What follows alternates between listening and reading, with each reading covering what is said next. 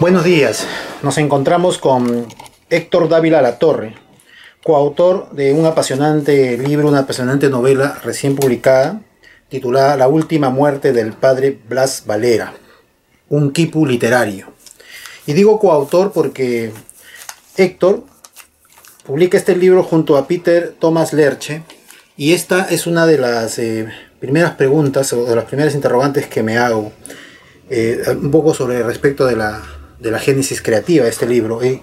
Héctor, ¿cómo surge la idea de hacer esta novela? Es muy raro leer libros escritos a cuatro manos, ¿no? en este país, ¿no? Esta novela histórica me imagino que ha tenido algo o bastante de investigación también, e imagino que también los une el origen, ¿no? Ambos vienen de Chachapoyas. Yo entiendo que de allá fue el padre Blas Valera y ustedes reivindican un poco su nombre. Entonces, cuéntame un poco cuál fue la idea de publicar esta novela, en principio. Sí, buenos días, muchas gracias por la oportunidad.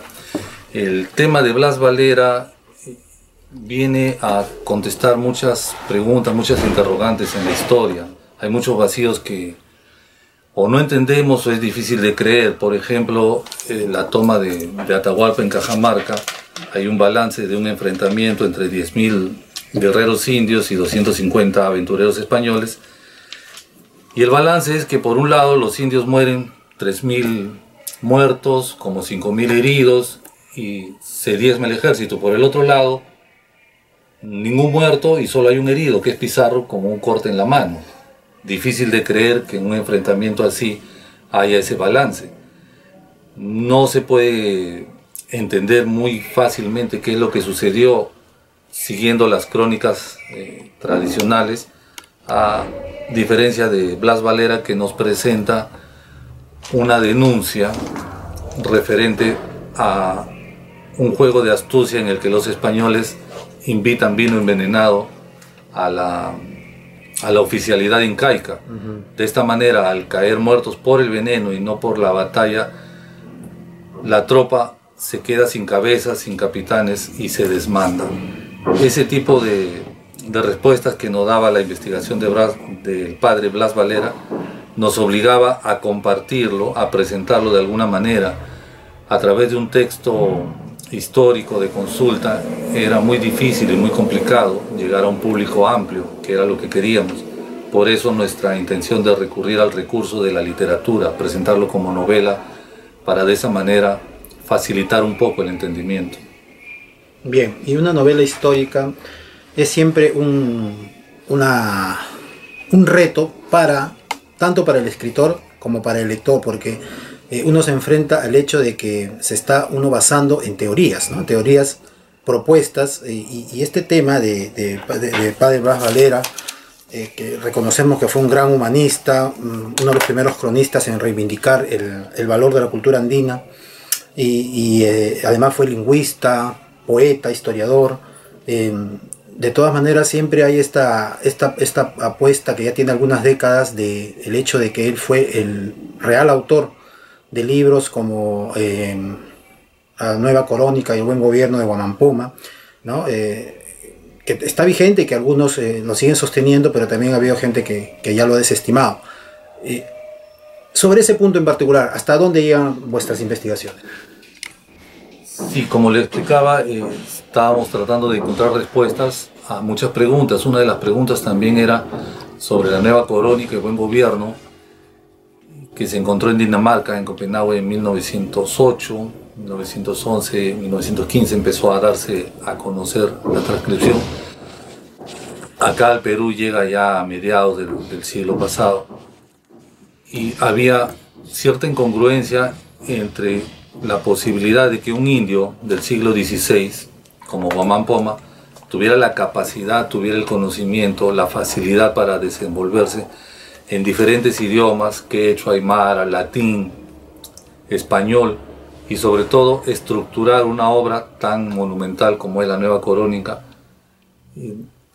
teniendo solamente la base cultural a la que tenían acceso los indios en ese tiempo. No era muy accesible la cultura. Quienes sí estaban en posesión de todos estos conocimientos eran los sacerdotes. Entonces si se nos presentaban las dos posibilidades, que sea un indio solo o un grupo de sacerdotes, era más creíble lo segundo.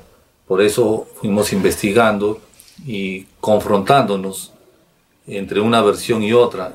La que más se acercaba a la realidad era la que fuera un grupo de sacerdotes, pero no existía ningún dato. Se hablaba de un cronista fantasma que no tenía nombre en primeras décadas del siglo XX.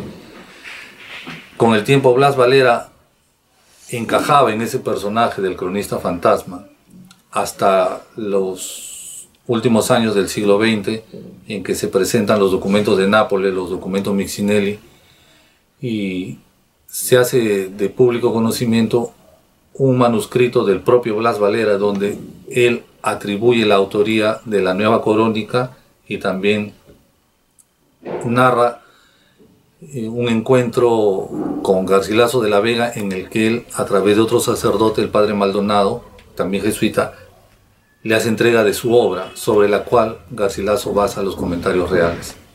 Y se han preocupado en intentar indagar hasta dónde pueden ser auténticos estos documentos Mixinelli. En eso también se basa un poco la polémica, ¿no? Se ha intentado demostrar que no son tan antiguos como se proponen ahí, sino que son documentos actuales y que de repente ahí puede haber una suerte de engaño, ¿no? No sé cuánto de ello ustedes también han tratado de comprobar. Sí, la confrontación estaba vigente. El grupo italiano de la doctora Laura Laurentis en Bolonia, la Universidad de Bolonia, hizo cantidad de análisis físicos, paleontográficos, de laboratorio, pero más allá de si fueran verdaderos o falsos, nosotros teníamos que trabajar con una hipótesis sobre los elementos psicológicos. Como le estaba refiriendo, ¿qué posibilidades haya de que Guamán Poma, un indio solo, pudiera hacer esto frente a que un grupo de sacerdotes organizados con conocimiento y cultura, estructurados en un pensamiento judeo-cristiano, católico, conocedores del latín, que es una lengua normativa, muy práctica, pudieran haber sido los autores y así ir llenando los vacíos? Entonces hicimos esta novela de tal forma que si sacáramos los documentos Mixinelli y dijéramos son falsos, no existieron nunca, tuviera todos los demás elementos de probabilidad, como son documentos cruzados que no son parte del grupo de los documentos de Nápoles. Hay cartas cifradas, porque en ese tiempo se utilizaba mucho la codificación para evitar que sean interceptadas, del licenciado Juan, que estuvo como presidente de la audiencia aquí en el Perú, hacia el conde de Lemos, que ya había sido virrey, donde él le cuenta sobre la existencia de un jesuita que se creía ya muerto, pero que seguía vivo y seguía actuando, y este jesuita era Blas Valera. Pero esos documentos no tienen nada que ver con los documentos Mixinelli, están en archivos, están catalogados, están fechados. Existe otra carta de Blas Valera al padre Vitelleschi, que era el general de la orden jesuita, que también están fuera de los documentos Mixinelli, están ordenados en otro lugar, en otros archivos. Difícil decir que estos sean falsos, no se puede. Esos sí son verdaderos, están confirmados. ¿Eso está contemplado en algún documento? ¿Esto se ha hecho público, lo último que me estás diciendo? Sí, está en internet, puedes recogerlo, ¿no? Incluso hay una bula papal que en el año 1603 el Papa la saca en latín, como se sacaban todas las bulas, pero esta la saca en quechua también. Sí, es lo que se dice en el Entonces es la única vez que se ha logrado esto, ¿no? Una bula papal en un idioma diferente al latín y sobre todo en quechua. Entonces eso tampoco es rebatible. Ahí está y nadie lo puede negar. Todos estos documentos, esta información sumada a los documentos Mixinelli nos dan una trama, pero si sacamos los documentos la trama continúa. No dependemos solamente de esos documentos. Yo bueno, también escribo y también ambos hemos leído mucho, tú también escribes, pero hay una cosa que a mí, un pequeño detalle que de todas maneras me preocupa o no puedo dejar de pensar en ello, es en el estilo de Guamán Poma, de Felipe Guamán Poma de Ayala, que de repente el manejo del lenguaje que él usa, que yo a veces me pregunto si estos padres jesuitas con Blas Valera a la cabeza pudieron haber conseguido, porque se nota claramente, o bueno, al menos uno como lector puede notar claramente que hay un origen de un verdadero quechohablante, de una persona que de repente no ha tenido muchos conocimientos, como dices tú, pero sí se nota en el habla, en la manera como plasma, ese origen natural, nativo. Entonces yo digo, ¿cuánto un grupo de jesuitas pudo haber conseguido estos modismos, si se puede hablar de algún modo, de un quechohablante natural, en un libro tan amplio como el de La Nueva Crónica del Buen Gobierno? Sí, Guamán Poma era indio, quechohablante, pero Blas Valera era mestizo y también había bebido el quechua, como se dice, desde la leche materna, ¿no? Su madre era indígena y él había crecido en ese ambiente, dominaba el quechua de Chachapoyas, diferente al quechua cusqueño, sobre todo en el uso de la S, que muchas de las palabras quechuas que encontramos en la Nueva Crónica tienen esa característica, se acercan más al quechua de Chachapoyas que al quechua cusqueño. El hermano Gonzalo Ruiz también era de Chachapoyas, quechua hablante, y la intención, según los manuscritos Miccinelli, la intención de Blas Valera era esconderse, no se podía presentar ni con su nombre ni con ciertas características que lo pudieran identificar. Es por eso que trata de plasmar dentro de la Nueva Crónica el desorden en el que vivía el sistema al haberse impuesto la cultura española. Ya no tenían limpiamente la cultura incaica, sino era una mezcla a la que Blas Valera se refiere diciendo siempre la Babel, ¿no? La confusión de las lenguas. Por eso él escribía tratando de confundir más y de esconderse más. Incluso Anel Oliva, un jesuita italiano que colabora con ellos, también da modismos italianos tratando de confundir aún más la situación. De ninguna manera se podía correr el riesgo de que en ese momento, si es que se llegara a publicar o si llegara al público, se entendiera que este grupo de jesuitas estaba detrás de esa obra. Por otro lado, las costumbres antiguas de los incas, ¿no? Es otro descubrimiento que se atribuye al padre Blas Valera. Es un documento, imagino, conocido por ustedes. ¿Hay un aporte de este libro en la novela vuestra? No, bueno, se supone que se originó en el grupo de trabajo de Blas Valera, pero sale de manera anónima y por otro grupo tal vez de jesuitas. Entonces pasar de una mano a otra la información se va tergiversando. La principal meta de la orden jesuita era ir contando una historia donde ellos tuvieran sus provincias, les llamaban, ¿no? Sus provincias de trabajo. Ellos tuvieran historia de qué es lo que pasó ahí, pero no había fuentes. Antes de la llegada de los españoles no habían fuentes escritas en el sentido de grafía. ¿Cómo llegar a eso? Entonces ubican a este señor Blas Valera, quien sí podía tener conocimiento sobre los archivos antiguos que eran los quipus. Blas Valera podía leer los quipus literarios. No solamente existían quipus numéricos de ayuda contable. Según Blas Valera existían los quipus literarios donde se podían encontrar historias, fechas, conceptos, datos diferentes. Entonces él va trasladando la historia que encuentra al mundo cristiano. Lógicamente no podía pasar directamente tal y cual había sido, tenía que estar tamizado, tenía que estar maquillado para que pudiera pasar la censura de los jesuitas, de los españoles. Por eso que la historia que tenemos del antiguo mundo incaico, según la Nueva Crónica y los comentarios reales, no es la misma que ocurrió. Nos puede dar un referente, pero debe ser apoyada por otras ciencias como la arqueología, la paleontología, no solamente la historiografía. Este riesgo de hacer una novela histórica, yo veo que tienes aquí otros trabajos. Tú siempre has estado orientado por por la historia como base de tus libros? ¿O cómo es? Cuéntame un poco ya tu trabajo personal. Bueno,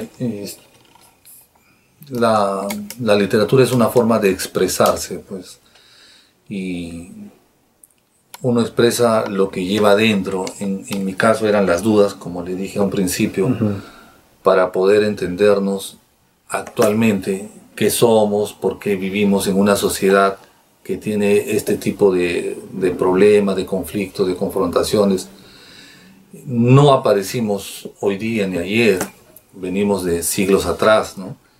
Incluso nuestra propia identidad, no somos blancos, no somos indios, pertenecemos a una raza nueva que se origina en el siglo XVI, somos mestizos, más allá de que tengamos un tinte más claro o más oscuro en la piel, o color de ojos o color de cabello.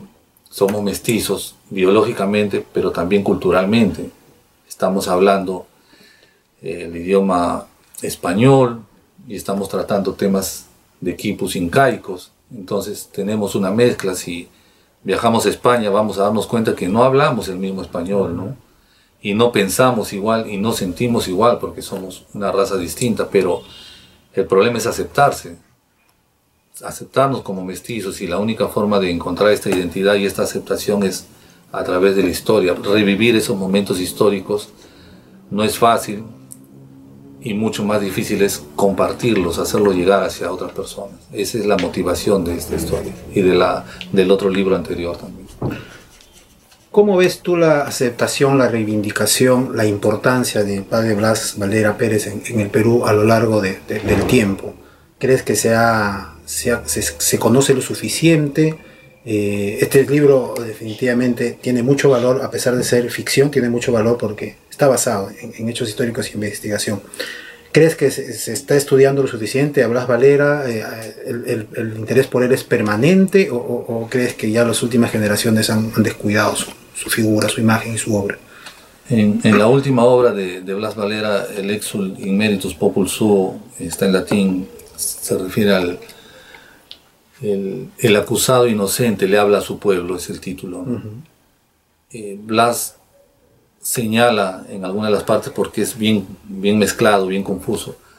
Dice: espero, pueblo mío, que estos escritos míos te lleguen antes de que estés confundido del todo.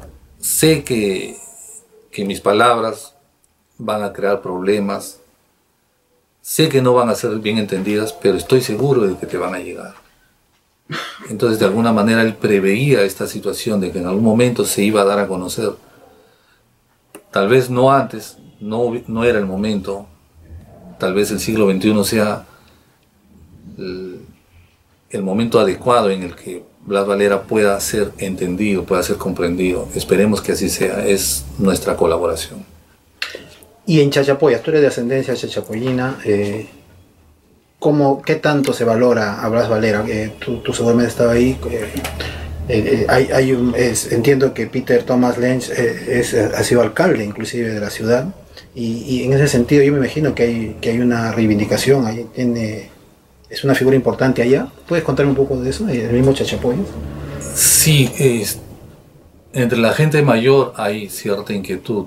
Los jóvenes no tienen idea, muy pocos, casi nadie ha leído la Nueva Crónica, muy pocos los comentarios reales, y menos se preocupan de ver si son los autores o no, y qué papel juega Blas Valera en el sentido académico. Pero sí hay un sentimiento de pertenencia, de acercamiento y de ascendencia hacia el personaje.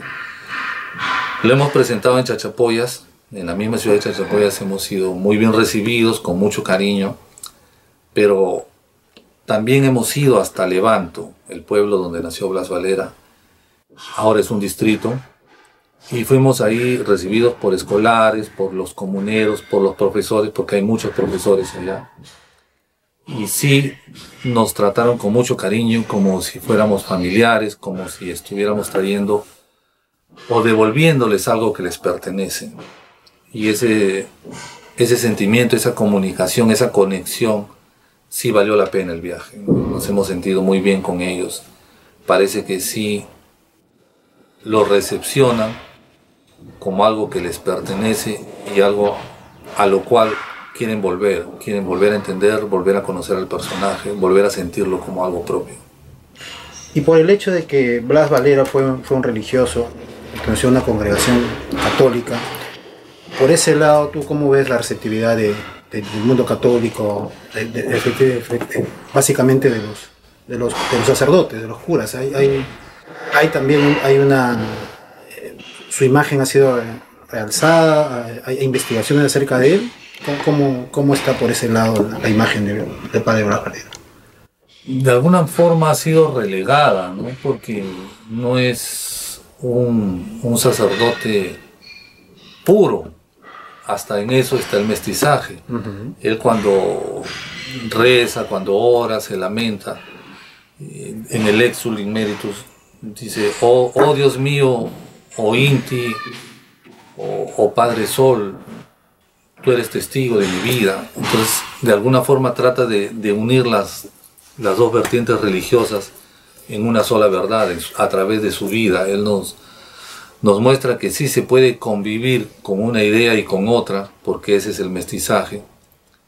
Y él planteaba que la solución a estos problemas que se originan en la conquista de un sistema sobre otro, ya no era batallar como lo trató de hacer el ejército de resistencia de Manco Inca, sino tener un cambio interno, un cambio por dentro, ser mejores cristianos incluso que los europeos, porque el indio podía estar más cerca a la verdad, más cerca al bien, no recurría a la astucia, tenía una consecuencia entre lo que piensa y lo que hace. Entonces la doctrina cristiana sí podía caer muy bien en ellos. Bien, de todas maneras yo creo que esto es un gran aporte, estimado Héctor Dávila, y yo te felicito por la emoción, por la pasión que se ha puesto en esta novela. Ojalá que se siga difundiendo y se siga conociendo mucho más. De repente, ¿quieres contarnos finalmente nuevos proyectos acerca de trabajos literarios propios? Sí, continuando la vertiente histórica, nos está llamando la atención al coautor y a mí el personaje de Juan Santos Atahualpa, pero ya no es en la sierra, es más hacia la selva. Claro. También tuvo un momento histórico en el que planteó reivindicaciones sobre el reino de los incas, pero muchos años después. Lo que nosotros quisiéramos investigar es cómo fue recepcionado por el común de las personas. Los indios, ¿qué entendían de los incas? Tenían conocimiento, tantos años que habían pasado, estaban dispuestos a aventurarse en cambiar un sistema por otro. Esas preguntas son las que vamos a tratar de contestar a través de la investigación histórica y posteriormente llevarlo a una presentación literaria. Perfecto. Muy bien, te felicito por ese trabajo y esperamos que esa producción llegue pronto. Gracias. Gracias.